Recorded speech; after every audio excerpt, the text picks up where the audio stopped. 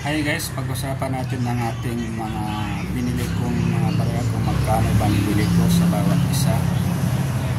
Ito guys, pera ng ibang bansa, pera ng India. Bago tayo magsimula, huwag kalimutan mag-subscribe at vlog para lang tayo updated sa susunod kong video. Maraming salamat. Shout out nga pala sa Luzon, Visayas, Mindanao. Dito guys, umpisa na natin ang ating collection na binibili.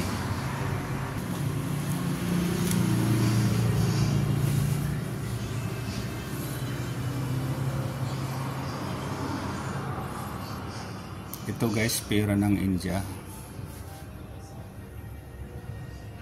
Jurbi King and an Emperor.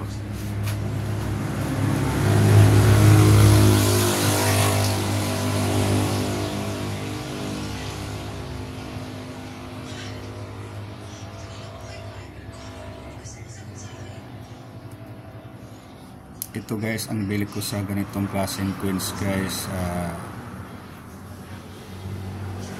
700 to 800 pesos. Depende sa kondisyon. Ito guys, 1944. Ceylon, 1944. Ito guys ay Tinsin. Ceylon, Tinsin, 1944. Pera ng India. Ito guys, 700 to 800 pesos ang bawat isa. Depende sa kondisyon at saka depende rin sa design ng inyong barya. Kasi may ibang design dito mas mababa guys, hindi ganito ang design. Okay, next tayo. Dito naman tayo sa number 2. Ito guys, Tinsin pa rin guys.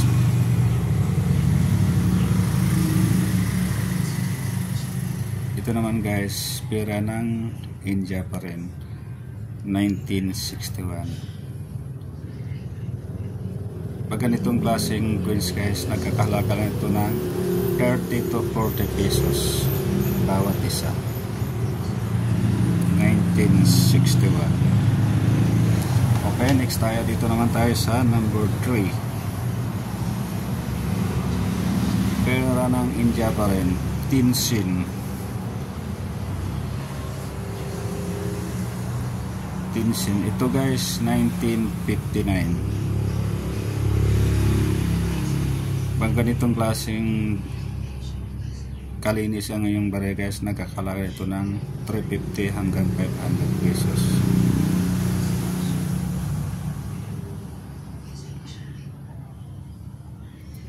$19.59. Okay, next tayo. Dito naman tayo sa number 4.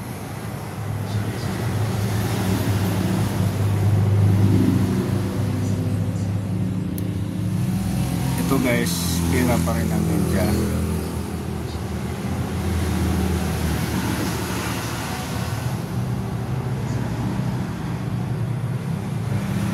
Ito naman 5 Sin, 1961.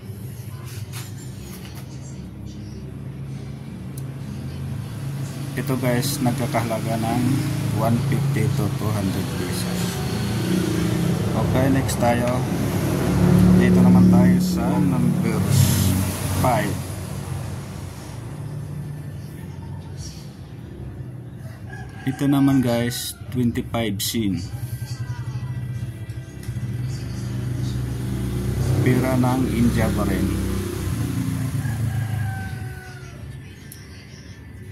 Ito guys, nagkakahalaga ng 60 to 80 pesos. Depende sa kondisyon. And next tayo, dito naman tayo sa number 6.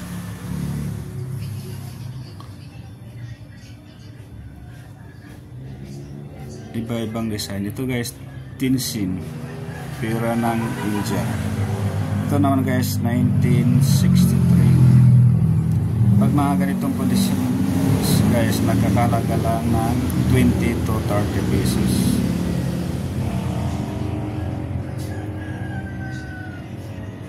Okay, next tayo. Dito naman tayo sa number 7.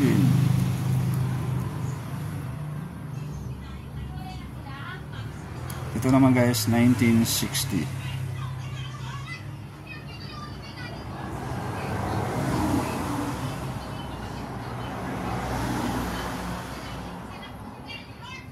Sin. Ito naman guys, nagkakalaga ng 250 hanggang 300 pesos.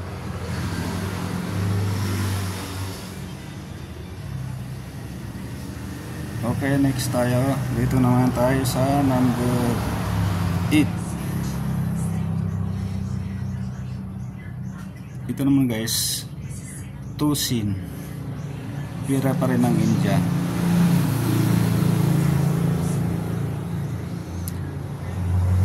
2 sin. 1962.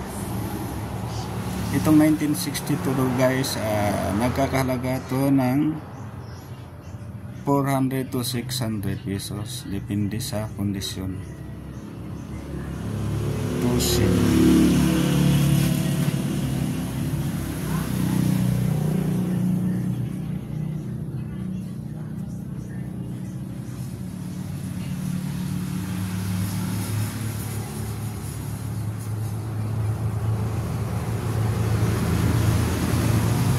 Okay, next tayo. Dito naman tayo sa number 9.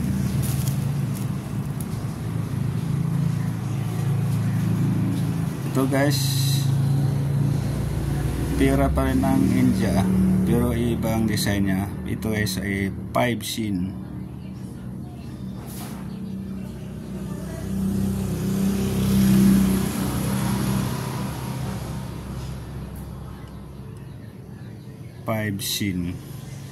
Pira ng India. Ito guys, 1944.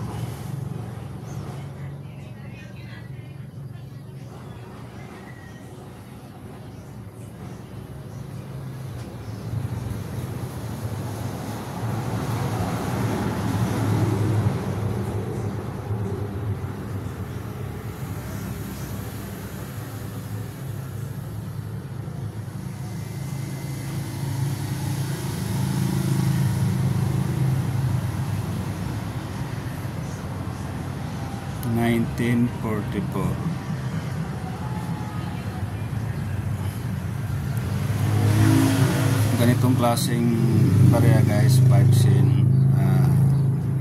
Nagkakahalaga ito ng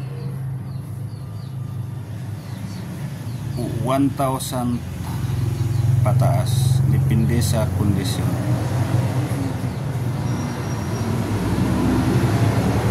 Ceylon 5 sin. 1944.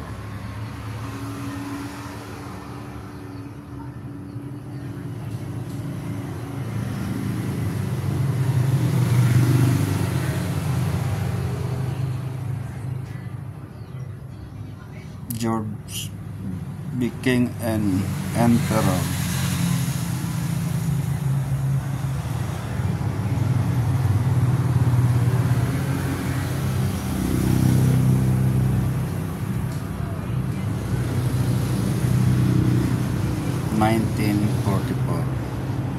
Ito guys, 1,000 pataas, depende sa kondisyon at depende rin sa iyong mga customer. 1944 Ceylon 5 sin. Okay, natapos na rin ang ating video. Paki-subscribe na rin ang aking YouTube channel. Maraming salamat sa inyong lahat.